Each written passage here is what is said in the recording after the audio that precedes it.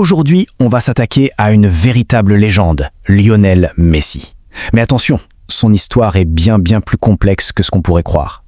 Ouais, parce que derrière le joueur le plus titré de l'histoire, il y a une histoire de dingue. C'est le parcours d'un gamin, un tout petit gamin avec une maladie rare qui a failli tout stopper net.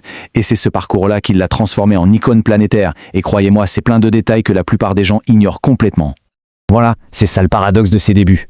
D'un côté, on a la future star, le roi de Barcelone. Et de l'autre, on a juste un enfant, un gamin qui ne grandit pas, qui fait face à un mur qui semble infranchissable. Alors, pour comprendre comment ce gamin est devenu une légende, il faut repartir à zéro. Direction sa ville natale, Rosario, en Argentine. Messi, il ne vient pas d'un milieu aisé. Loin de là.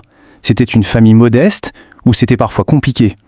Et pour lui, son refuge, son échappatoire à tout ça, c'était le foot. Le ballon, c'était toute sa vie, et ce, dès qu'il a su marcher. Ou presque. Et au tout début de cette histoire, il y a une personne absolument capitale. Sa grand-mère, Célia. C'est elle, le point de départ de tout. C'est elle qui a poussé sa mère, qui hésitait parce qu'il était trop petit, à le laisser jouer son premier match. C'est elle qui a convaincu le coach de lui donner sa chance en disant « Mets-le, tu verras bien ». Elle a toujours été sa première fan. Et ce geste, aujourd'hui iconique, le doigt pointé vers le ciel après chaque but, c'est pour elle. Mais voilà, alors que son talent explose aux yeux de tous, une nouvelle tombe. Une nouvelle terrible, qui va menacer de tout balayer, de détruire son rêve avant même qu'il ait pu commencer. À 10 ans, le verdict est sans appel. Léo est atteint d'un déficit en hormones de croissance. En gros, son corps ne grandit plus normalement.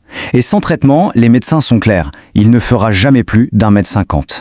Pour un gamin qui rêve de devenir footballeur pro, c'est une condamnation à mort, sportivement parlant. Le problème, c'est que le traitement existe. Mais il y a un mais, et un gros, le prix. 900 $ par mois. Pour sa famille, c'est une somme juste impossible à sortir. L'espoir est là, à portée de main, mais financièrement, c'est inaccessible. Et là, c'est le début d'une vraie course contre la montre, une quête désespérée. Pendant 2 ans, l'assurance de son père paye, puis plus rien. Son club, Newell's Old Boys, prend le relais, mais une crise économique frappe le pays et ils arrêtent aussi. Même le grand club de River Plate, qui est bluffé par son talent, refuse de payer le traitement. C'est terrible. Toutes les portes se ferment, les unes après les autres. Et c'est là, au moment où tout semble perdu, qu'une dernière chance apparaît. Un vrai pari venu de l'autre côté de l'océan. Un recruteur du FC Barcelone avait entendu parler de ce phénomène. Il organise un essai. Et là, c'est le choc. Tout le monde est abasourdi par ce qu'il voit. Mais le club hésite. Forcément, il est tout petit, fragile, et il y a ce traitement très cher à financer. C'est un gros risque. Pour la famille Messi, c'est des semaines, des mois d'attente insupportables. Et c'est là qu'arrive ce moment qui a entré dans la légende du foot. Le père de Messi, Abou, est prêt à tout laisser tomber et à rentrer en Argentine. Le recruteur, Carl Rexach, sent qu'il est en train de perdre le gamin. Alors, dans un restaurant, sans aucun papier officiel sous la main, il attrape la première chose qu'il trouve, une serviette en papier. Et dessus, il écrit un contrat, un engagement. Le club signera Messi et paiera tous ses frais médicaux. Cette serviette a changé l'histoire du football. On avance un peu, on est à Barcelone. Il a dû surmonter pas mal de choses au début. La timidité, le mal du pays, la fatigue du traitement. Mais il a tenu bon pour devenir la superstar qu'on connaît tous.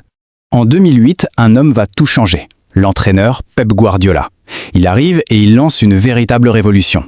Décision numéro 1, il donne le mythique numéro 10 à Messi. Décision numéro 2, il invente un nouveau rôle pour lui, celui de faux numéro 9, pour le mettre au cœur du jeu. Et décision numéro 3, il reconstruit toute l'équipe autour de lui. Le résultat, c'est simple, le Barça gagne les 6 trophées possibles en une seule année, un sextuplé historique, du jamais vu. Ce chiffre, 91. Il faut prendre un instant pour réaliser ce que ça veut dire. En 2012, Messi a marqué 91 buts officiels en une seule année civile. C'est un record du monde absolu, c'est juste surréaliste. Pour se donner une idée, il a marqué plus de buts à lui tout seul que la plupart des grandes équipes européennes cette année-là. Cette période, c'est aussi le début de la rivalité la plus célèbre de l'histoire du foot avec Cristiano Ronaldo. Et au début, c'est Messi qui domine largement les débats. Il enchaîne 4 ballons d'or d'affilée, personne n'avait jamais fait ça avant lui. Mais voilà, malgré cette pluie de trophées en club, il y a une ombre au tableau. Une grosse ombre. Son histoire avec l'équipe nationale d'Argentine, c'est une histoire compliquée, une histoire de frustration. Ça a été une véritable traversée du désert, une décennie de déchirement. Imaginez, 3 finales majeures perdues en 3 ans. D'abord, la Coupe du Monde 2014 contre l'Allemagne. Puis 2 fois de suite la Copa América contre le Chili. La dernière fois, c'est même lui qui rate son tir au but. C'en est trop.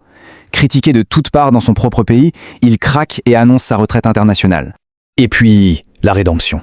En 2021, au Brésil, chez l'ennemi juré, Messi porte l'Argentine et gagne enfin la Copa América. Les images de lui, en larmes, qui comprend qu'il a enfin gagné un titre pour son pays, elles ont fait le tour du monde. Il a enfin prouvé qu'il pouvait le faire. Et ça nous amène au sommet, au point culminant de toute sa carrière, la finale de la Coupe du Monde 2022, au Qatar, contre la France, championne du monde en titre. Il l'a dit lui-même, c'est sa dernière chance, la toute dernière, le seul trophée qui lui a toujours échappé. Après ce qui est peut-être la plus grande finale de tous les temps, tout se joue au tir au but. Juste avant que le dernier tireur argentin ne frappe, Messi regarde vers le ciel. Et il murmure pour lui-même « Aujourd'hui ça pourrait être le jour grand-mère ». La boucle est bouclée, un hommage incroyable à celle par qui tout a commencé. Et ce fut le jour. Cette victoire-là, c'est le point final. Il a tout gagné. Absolument tout. On pourrait dire qu'il a terminé le jeu, qu'il a complété le football. Son héritage est gravé dans le marbre, pour toujours. Et les chiffres sont juste vertigineux. On parle de plus de 830 buts, presque 400 passes décisives, 8 ballons d'or, c'est un record absolu, et 45 trophées, ce qui fait tout simplement de lui le joueur le plus décoré de toute l'histoire du football. C'est hallucinant. Alors, la question se pose. Après un parcours pareil, après avoir surmonté une maladie qui aurait dû l'arrêter, des échecs terribles, une pression monstrueuse, pour finalement tout gagner, est-ce que le débat est clos? Est-il, oui ou non, le plus grand joueur de tous les temps?